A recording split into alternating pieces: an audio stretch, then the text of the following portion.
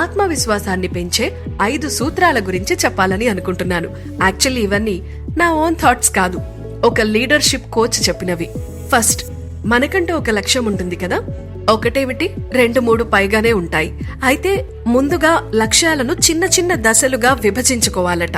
అంటే ఒక step by ఒక స్టెప్ పూర్తి చేసుకుంటూ వెళితే ఆ టార్గెట్ ని రీచ్ అవడం పెద్ద శ్రమ అనిపించదు.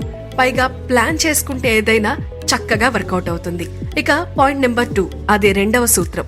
మనం ఎప్పుడూ నిత్య విద్యార్థిలా ఉంటూ కొత్త విషయాలు నేర్చుకుంటూ ఉండాలట.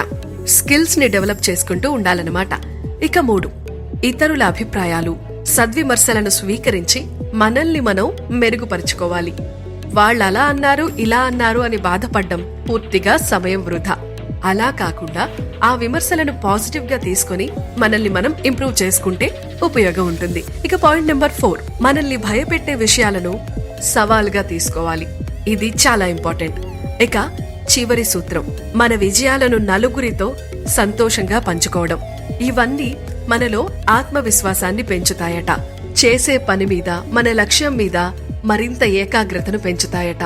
రెట్టించిన ఉత్సాహంతో మనం ముందుకు వెళతాము.